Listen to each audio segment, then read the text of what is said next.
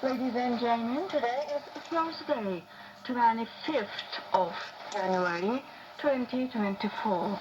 This is the Voice of Turkey English language transmission, broadcasting from Ankara in the 22 meter band between 1330 1430 UTC on 13635 kHz to Europe. You can listen to us over the Retekess 3A and 4A satellites and on the internet at www.turkey.net.cr. Through the Voice of Turkey link. Our email address is englishdesk@turkey.net.cr. Following the news and review of the Turkish press, the Voice of Turkey will present our feature programs and some beautiful Turkish music.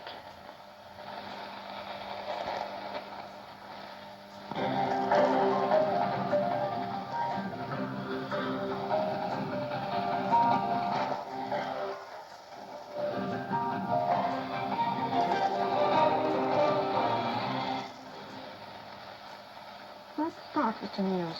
At least 12 people have been killed after Israel targeted a United Nations shelter for internally displaced Palestinians in southern Gaza's Khan Yunis.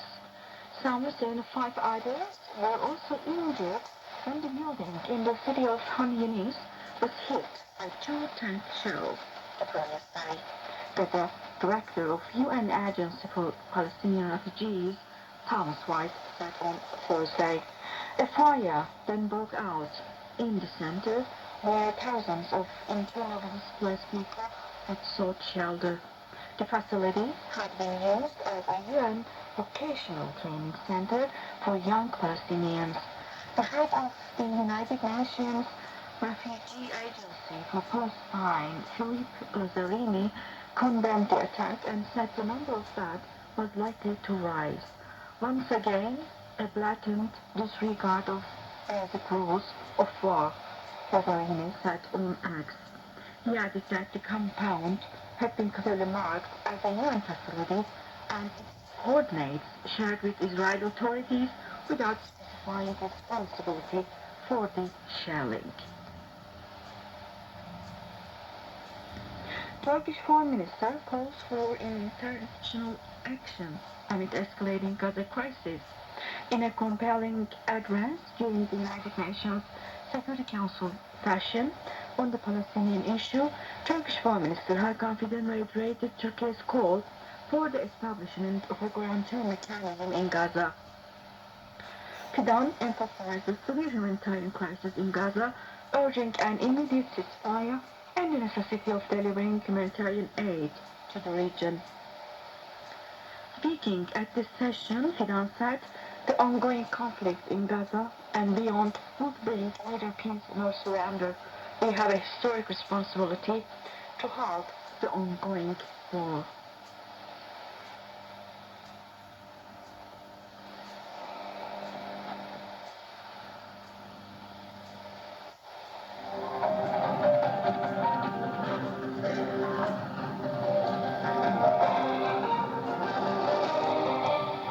Continues on the English language broadcast of the Voice of Turkey. Regarding their meeting with Iranian President Ibrahim Raisi, President Recep Tayyip Erdogan said, "We emphasize the importance of further strengthening our cooperation against the terrorist organizations which target the security of our countries and the region." President Erdogan emphasized at a joint press conference in Ankara with his Iranian counterpart, who was on an official visit to Turkey, the importance of deepening relations with Iran based on mutual trust and common interests, saying we value deepening our relations with our neighbor Iran on the basis of mutual trust and common interests. Addressing the issue of terrorism, Erdogan added, "We emphasize the importance of further strengthening our cooperation." Regarding the Israel-Palestine conflict, President Erdogan said, "We discussed the need for the cessation of Israel's inhumane attacks on Gaza and the urgent steps for the establishment of a fair and lasting peace. We agreed on the importance of avoiding steps that would further threaten the security and stability of the region. Iranian President Ibrahim Raisi said for his part that Turkey and Iran have agreed to support Palestine and for the restoration of the rights of Palestinian people. During the joint press conference held at the presidential complex in Ankara after the 8th meeting of Turkey-Iran High-Level Cooperation Council, President Raisi of Iran, who was in the capital for an official visit, spoke alongside President Recep Tayyip Erdogan and said, emphasizing the shared views of Turkey and Iran on the Palestinian issue, he said, President Erdogan and I are in agreement on the cause of Palestine and restoring the rights of Palestinian people. Meanwhile, the International Court of Justice on Wednesday announced that it will deliver its order on Friday on the request for the indication of provisional measures submitted by South Africa in a genocide case against Israel. In a statement, the court said that a public sitting will take place at the Peace Palace, the Hague, where the president of the court will read the order. South Africa is requesting that the International Court of Justice grant 9 interim injunctions, including that Israel immediately cease its military operations in Gaza. And NATO has commenced its largest military exercise since the end of the Cold War, named Resilient Defender 2024. According to a statement from NATO, the United States landing ship USS Gunston Hall departed from Norfolk, Virginia, and is expected to reach the other side of the Atlantic after a series of operations. As part of the exercise, the frigate HMSS Charlottetown from Canada's Nova Scotia province would also depart from Halifax to move towards Europe. The statement emphasized that the alliance would demonstrate its ability to reinforce the European Atlantic region by deploying forces from North America to the other side of the Atlantic. The announcement mentioned the participation of approximately 90,000 troops from 31 NATO member and candidate countries, including Sweden, in the exercise, which is scheduled to last until the end of May. The NATO exercise, the largest since the end of the Cold War, is expected to take place in Germany, Poland, and the Baltic countries, and is likely to involve scenarios related to potential conflicts with Russia. The last major NATO exercise during the Cold War was Reforger in 1988, which involved 125,000 participants.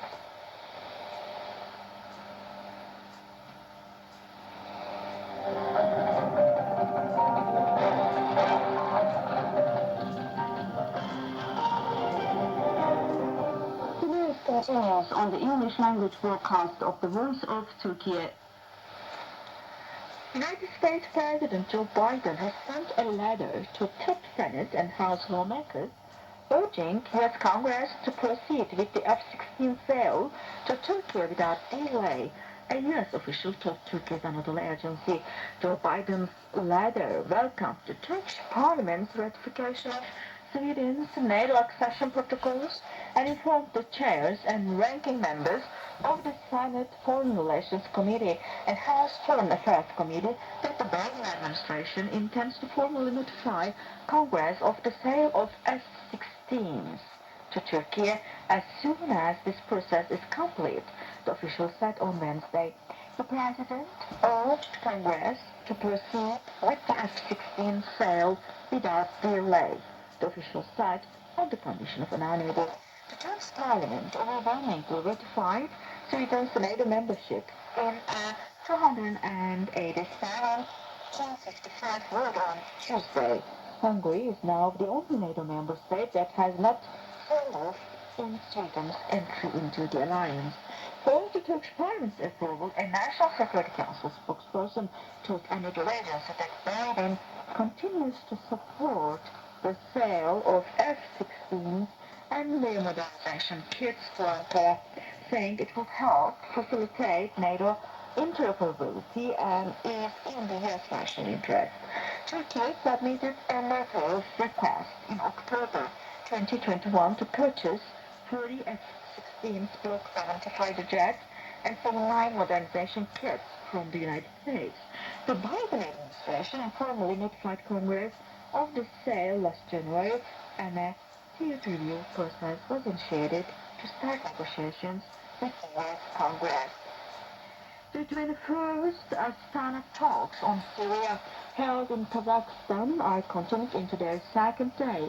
Delegations from Turkey, Russia, Iran, the Syrian government and the Syrian opposition are participating in the talks. Jordan, Iraq, Lebanon are also present as observer delegations. The Turkish delegation is led by Deputy Foreign Minister Ahmet Yildiz. Close-door discussions are focused on the situation in Syria and comprehensive efforts towards its resolution in the country. Additionally, topics such as counter-terrorism efforts in Syria, the release of hostages, and measures to enhance security, including the search for missing individuals, are being addressed during the talks. Following today's joint session, the delegations will hold a press statement and a joint communique will be issued. In finance and economics, the Central Bank of Turkey on Thursday hiked its policy rate, also known as the one-week repo rate, by 250 basis points to 45%, in line with market expectations. Economists polled by Anadolu Agency in a survey last week projected the bank would hike interest rates by 250 basis points. The bank will maintain the current level of the policy rate until there is a significant drop in monthly inflation and until inflation expectations converge to the projected forecast range, it said in a statement following its first monetary policy committee meeting of the year. Turkey's annual inflation reached a 30-month high of 64% in December 2023, according to Çapstat, the country's statistical authority. Last year, the bank raised its policy rate a total 3,400 basis points from just 8.5% to 42%. And that was the news brought to you by the Voice of Turkey.